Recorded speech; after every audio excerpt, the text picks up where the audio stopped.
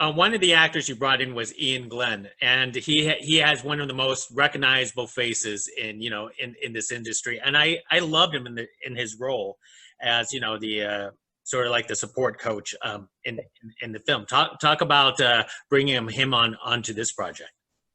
Yeah, I mean, again, I was blessed that Ian liked the script and liked the character. Ian's from Scotland.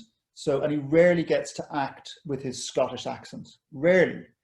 He's always kind of sounds like he does in Game of Thrones or whatever. He's always got that quite, non-specific English accent. But finally, he could get to do Scottish again, playing somebody from Glasgow. And I think he relished that.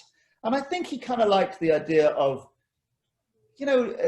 Sonny almost plays Dom's dad. It's his surrogate father. You know what I mean? Or his older brother or uncle or something like that, and because we never meet Dom's family, and he doesn't meet his family, so this is his new family, and this is his new dad or his new brother or his new uncle. And I think Ian really relished that thought, as well. Thought the idea of the relationship was very interesting, and he hadn't seen anything like that before. The relationship within sport and how dependent they are on each other. That's the other thing that he was fascinated by.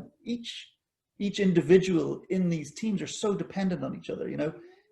Dom is dependent on Sonny for massaging him really and providing his drugs, but like the masseur aspect of things is very, very important in cycling. You always have to have a soigneur to look after you, because otherwise you'll just cramp up.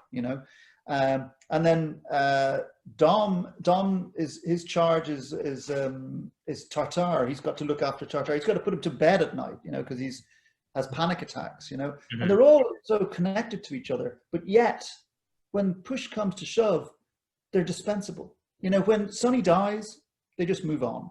When Dom gets too old, it's like, I'm sorry, mate, that's it, you're done. And that's kind of, it's cruel. It's a cruel sport, it's a cruel sport, It is. I think Ian thought that was quite fascinating. Yeah, and I think his real modus operandi with regard to deciding to go for that final stage was to commemorate Sonny, because again, in cycling, once you're finished, you're finished. You know what I mean? You're just kind of thrown onto the trash heap, and that's what was really surprising for him.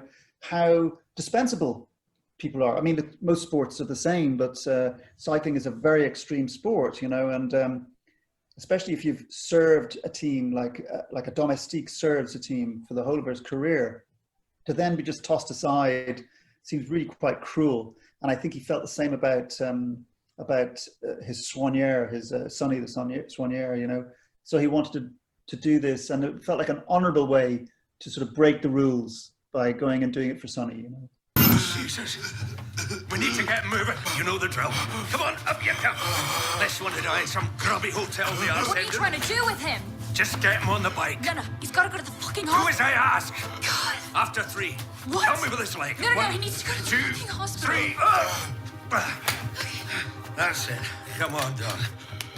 Push down. That's it. Push down. Come on now. Push down. That's it, son. That's it. You're doing good. You're doing great. Come on, son. Coming up. 37. 38. 39. I said, oh, you're doing great. Come on, son. Come on.